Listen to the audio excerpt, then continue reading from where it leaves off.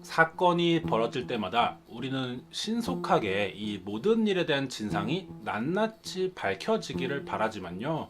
모든 일이 사실 마음같이 해결되지만은 않는 것 같습니다. 수사가 이루어지지 않는 상태로 장기간 해결하지 못하는 사건들을 우리는 미제 사건이라고 부르는데요. 이 미제 사건이라는 말은 곧 경찰이 사건에 대한 수사를 포기했다라는 뜻으로 해석되기도 하고요. 잡혀야 할 범인의 우선적인 승리를 말하기도 합니다. 하지만 이 영원히 해결되지 않을 것 같았던 일들이 가끔씩은 우연한 계기를 통해서 실마리를 찾게 되는 경우를 볼 수도 있는데요. 이것은 끊임없이 범인을 추적하는 가운데 찾아오는 노력의 대가가 되기도 하며 피해자들이 마지막으로 우리에게 남겨준 범인에 대한 마지막 열쇠가 되기도 합니다. 이 사건은 얼마 전에 최종 판결이 나면서 해결되었던 미제 사건 중에 하나입니다. 드들강 여고생 살인 사건을 알아보도록 하겠습니다. 2001년 2월 4일 전라남도 나주시 남평읍에 위치한 드들강에서요 시신 하나가 발견되었다라는 신고 전화가 걸려왔습니다. 발견 당시의 모습은 여성으로 보이는 시신이 나체 상태로 물 위에 떠 있는 상태였어요. 사망한 여성은요 당시에 17살의 고등학생인 박양으로 밝혀집니다. 부검을 해보니까 이 박양의 하반신에 긁힌 듯한 상처와 정액 반응이 나왔는데요. 이것으로 봐서는 성폭행한 후에 살해됐을 것으로 보이고 다른 특이점으로는 안면 울혈이라고 하는 증상이 있었어요. 얼굴에 피가 몰려서 얼굴이 붉게 나타나는 증상인데 그 외에도 폐에서 플랑크톤이 검출됩니다. 이해하기가 좀 힘든 상황인데요. 이 안면 울혈이라는 것은 범인이 박양의 목을 졸라서 죽이려는 시도에서 얼굴에 피가 몰리면서 생긴 증상이에요. 이걸 안면 울혈이라고 합니다. 하지만 폐에서는 플랑크톤이 발견됐어요. 이것은 이 물속에서 숨을 쉬려고 하는 과정에서 강물을 들이마셨다라는 얘기가 됩니다. 목을 졸아서 질식을 시켰는데 물속에서는 숨을 쉬면서 죽었다는 거죠. 정리를 해보자면은 박양은 성폭행을 당하는 과정에서 범인으로부터 하반신에 상처를 입었을 거고요. 범인이 왜 이러한 선택을 했는지는 모르겠지만 드들강 물속으로 끌고 들어간 뒤에 물속에서 목을 조르면서 살해했던 것으로 보입니다. 이러한 부검이 진행되는 동시에 박양의 옷과 소지품을 찾기 위해서요 이 발견 지점을 중심으로 수색을 펼쳤지만 발견되는 것들은 없었고요. 사건 당일 새벽에 박양이 어떤 남성들과 함께 있다라는 장면을 본 목격자의 제보도 있었어요. 하지만 얼굴까지 기억해내지는 못했습니다. 가장 추정하기가 어려웠던 부분은요. 시신이 발견된 장소가 문제가 됐었는데 박양의 집은 전라도 광주예요. 집에서부터 시신이 발견된 드들강까지의 거리는요. 자동차로 약 16km의 거리입니다. 차로 20분 이상 가야만 도착할 수 있는 거리에 떨어진 곳이었던 거죠. 이 정도 거리의 장소를 여고생이 심야 시간에 가야 하는 이유가 무엇이고 대체 어떠한 방법으로 갈 수 있는지도 추측할 수가 없었어요. 박양의 당일 가족들의 증언으로는 밤에 갑자기 옷을 갈아입고 나갔다라고 하는데 이날이 개학하기 전날입니다. 야간에 드들강까지 대중교통을 이용할 수는 없었을 거예요. 만약에 택시를 타고 이동했을 가능성은 있지만요. 박양은 이 드들강 인근에 친구나 연고가 전혀 없었기 때문에 혼자서 갔다라고 하기보다는 누군가를 만나서 그 사람의 차를 타고 함께 이동했을 정도로 추정을 할 수밖에 없었어요. 그렇다면은 모르는 사람의 차를 타고 갈 수는 없으니까 면식범이 된다는 이야기죠.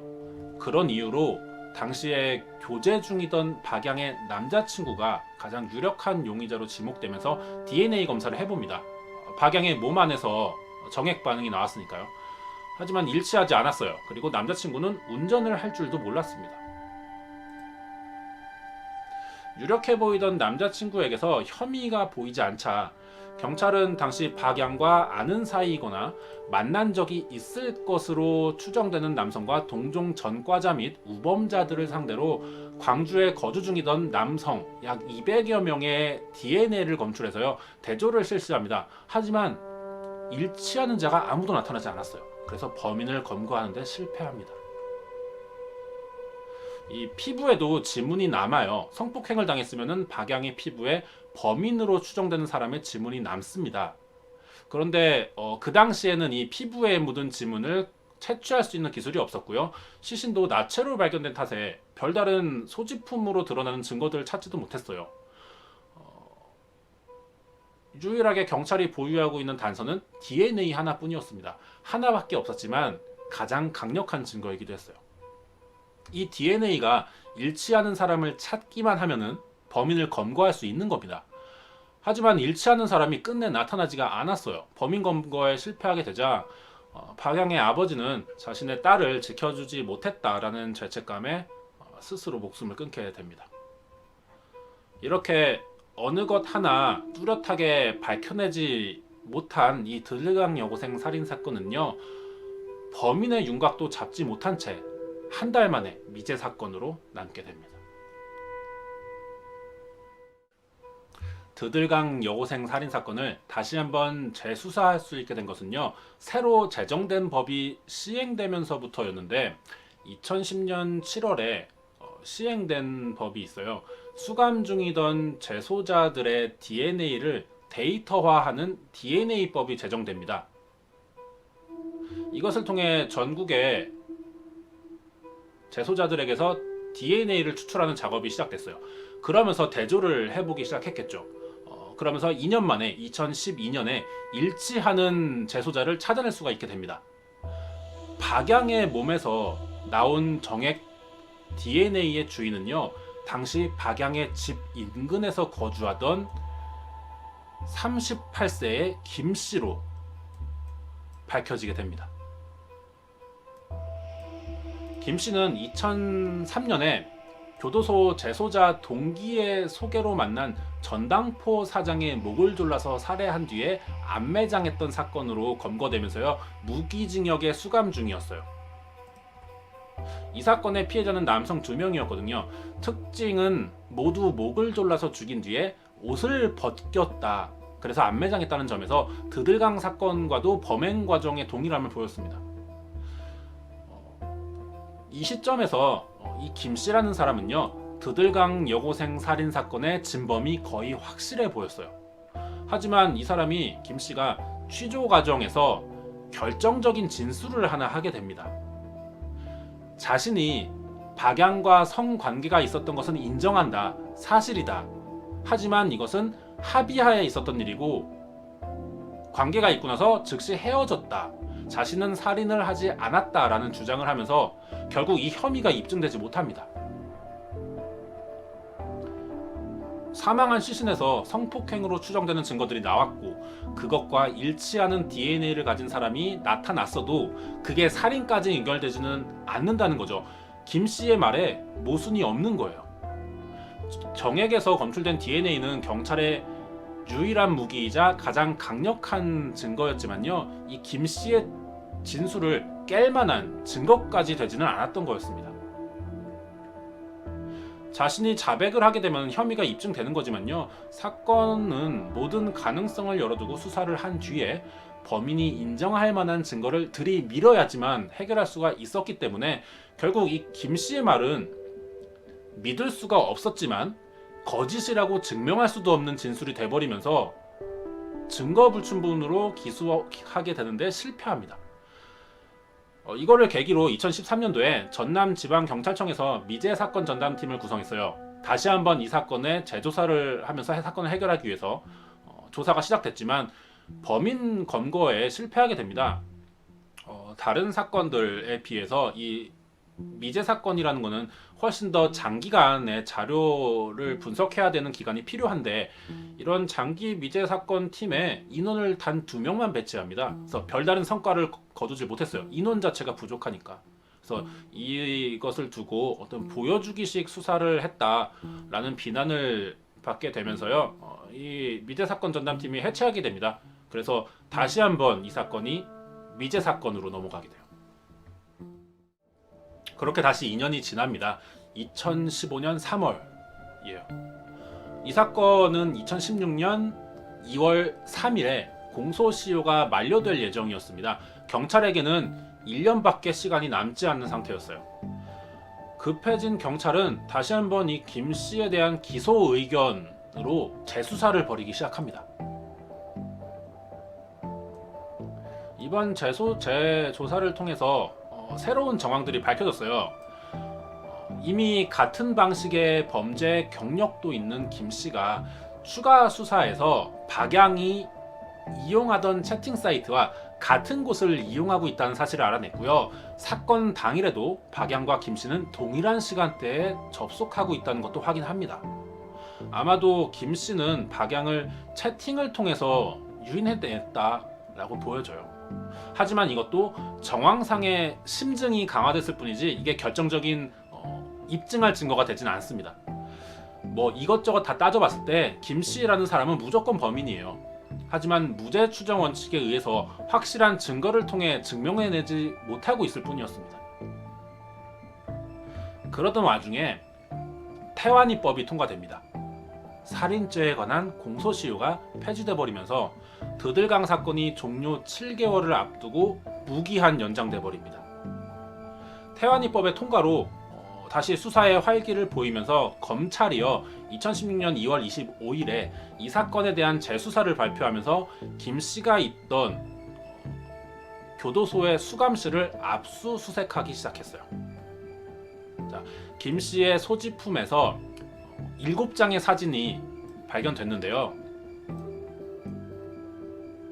사건 당일 김 씨가 자신의 여자친구와 찍은 사진들이었습니다.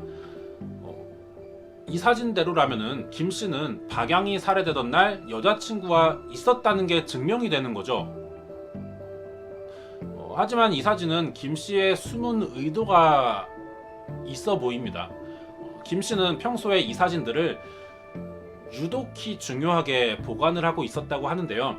이미 헤어진 여자친구의 사진을 10년이 넘도록 계속해서 보관하고 있다는 것이 수상해 보였던 거죠.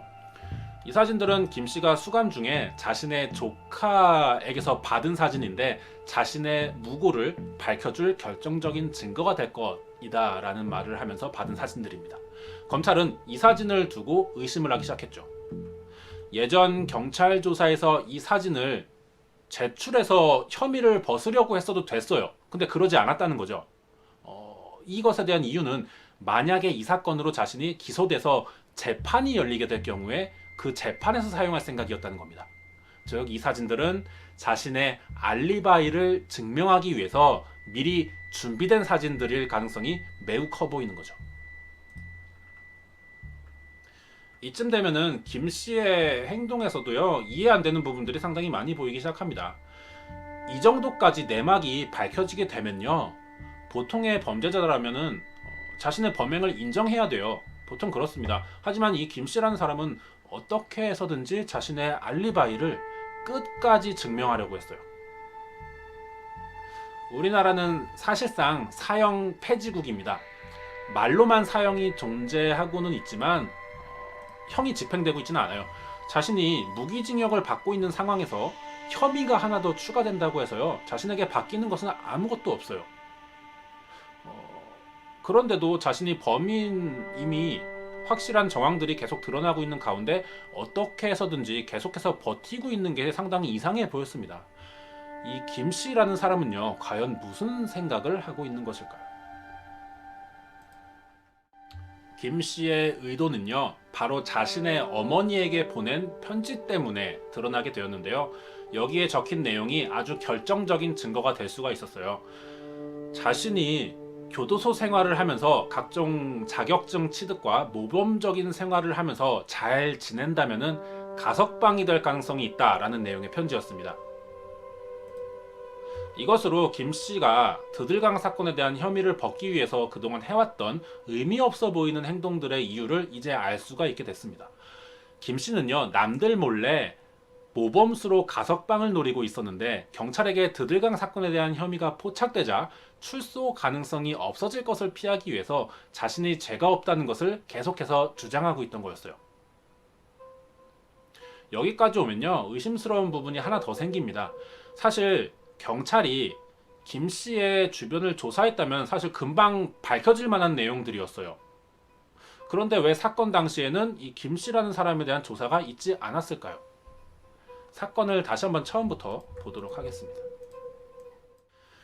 사실 김 씨가 범인임을 가르치는 단서들은 굉장히 많이 나왔어요. 피해자와 인근 지역에 거주하고 있었고 사건 당일 같은 채팅 사이트에 동일한 시간대에 접속한 기록도 있어요. 프로파일링 기법으로 분석해본 범인의 나이와 외형적인 특징들도 일치하고 있었고요. 유사 범죄를 이미 저질러왔고 피해자 몸에서 검출된 DNA까지 일치합니다. 그런데 당시에 김 씨가 용의선상을 피했다는 거죠. 그리고 10년이나 지나서야 살인 혐의를 받게 된 것에는 이유가 있어요. 이 사이에는 또 하나의 사건이 끼어 있었습니다. 드들강 사건은 2001년이에요. 그런데 김 씨는 2003년도에 전당포 살인 사건으로 검거가 되죠. 이 사이에 김 씨가 교도소를 한번 갔다 온 적이 있습니다. 드들강 사건의 바로 직후였는데 김 씨가 12마리의 개를, 동네 개를 훔치다가 붙잡혀요. 그래서 1년 6개월을 교도소에서 보내게 되는데 이 기간에 경찰이 드들강 사건에 대한 조사를 시작하게 됐던 거죠. 그래서 이것을 피하기 위해서 김 씨가 조사를 피하기 위해 또 한 번의 범죄를 저질렀던 겁니다. 감옥에 있으면 조사를 안 받게 되니까요. 그리고 2003년에 출소한 후에 얼마 되지 않아서 다시 전당포 살인 사건으로 검거가 다시 돼서 무기징역으로 살던 중에 DNA법이 제정되었고 드들강 사건에 혐의가 생기게 되었던 것이고요. 태완이법으로 인해서 공소시효가 소멸되면서 경찰이 추가 조사를 통해서 사건의 전체적인 내막이 드디어 드러나게 됐던 겁니다. 이러한 정황들을 모은 검찰은요, 결국 2016년 8월 5일 김 씨를요, 박양을 살해한 드들강 사건의 용의자로 기소하게 됩니다. 8월 5일 이날은요, 사망한 박양의 생일이기도 했어요. 검찰은 김 씨를 어떻게 기소할 수 있었을까요? 정황들은 충분했어요.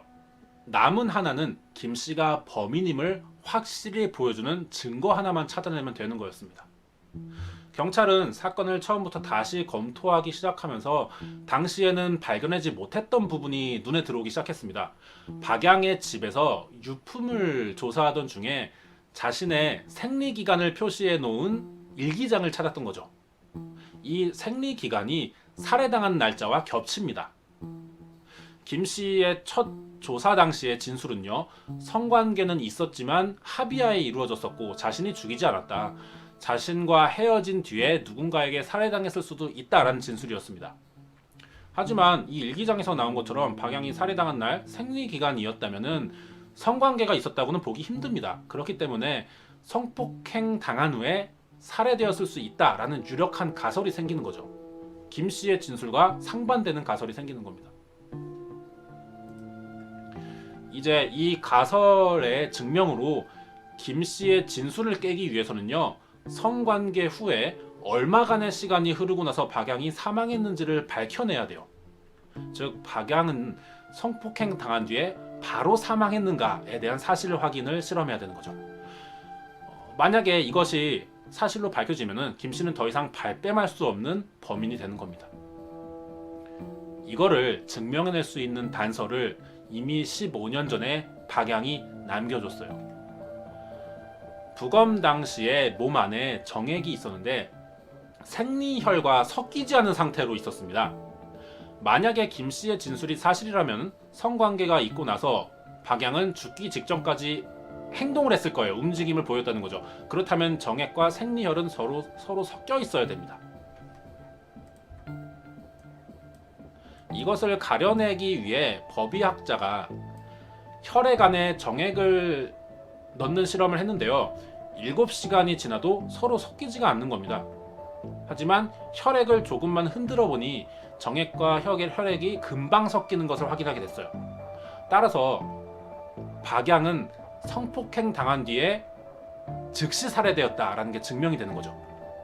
이것을 이유로 검찰이 2016년 12월 26일에 드들강 여고생 살인사건의 용의자로 김 씨에게 사형을 구형합니다. 하지만 김 씨는 끝까지 이 사건에 대해 기억이 나지 않는다라면서 혐의를 부인했어요.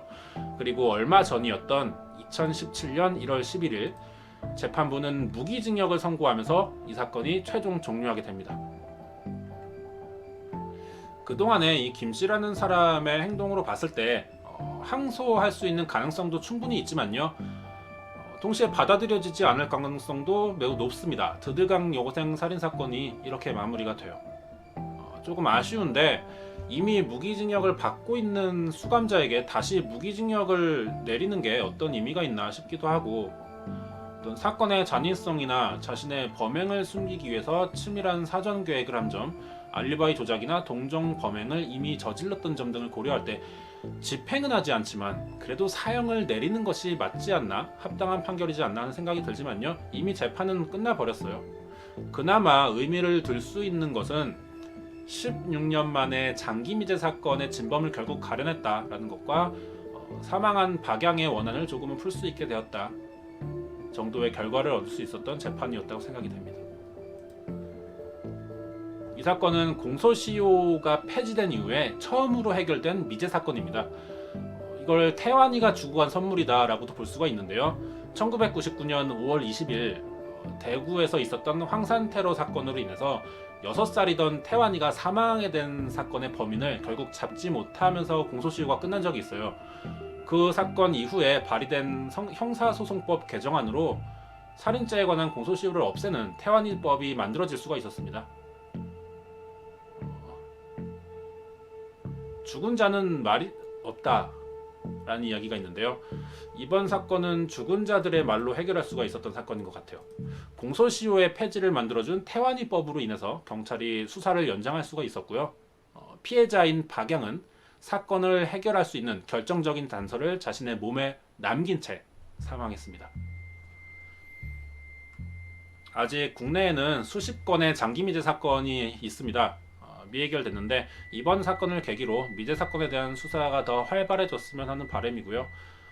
검찰과 경찰의 수사가 지금보다 더 다각도에서 이루어질 수 있도록 지원할 수 있는 법안과 제도들이 더 만들어져야 되지 않을까 하고 생각이 듭니다.